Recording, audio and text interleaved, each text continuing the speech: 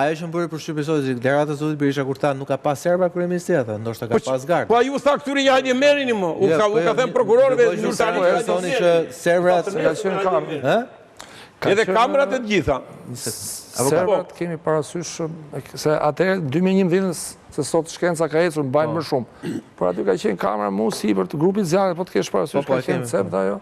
Kjo ka qenë e formatuar, pra kur u mor serve u sekuestru kishte marru filmin. Serve kishte pra. Po, serve kishte. Ideja është e tillë, thotë që kjo ishte në territorin e Kosovës. Mund të lexohet në nenin 9 ligjit për gardën. Flas domethënë në lidhje me atë, neni 9 i ligjit për gardën, thotë komandanti i gardës ka autoritetin e plot të drejtimit të kontrollit të gjithë veprimtarisë së gardës. Ai është përgjegjës para ministrit të brendshëm për përgatitjen dhe gatishmërinë e efektive të gardës së Republikës për realizimin e qëllimeve të misionit të saj.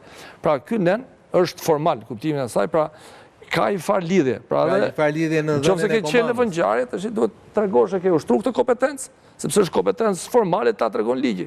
Nëse se ke ushtruar. Po komandanti i gardës vajti e thirrën në zyrë ata kryeministrit. Edhe vajti në zyrën e kryeministrit. Ai vajti aty se ju e keni parë dhe vetë, e keni hyrur edhe vetë personalisht juve komandantin e gardës. Ai kur vajti tek zyra e kryeministrit, para se të vriteshin protestuesit, që mbaroi protesta edhe po ikrin e gjithë për shtëpiat tona, ai u fut normal.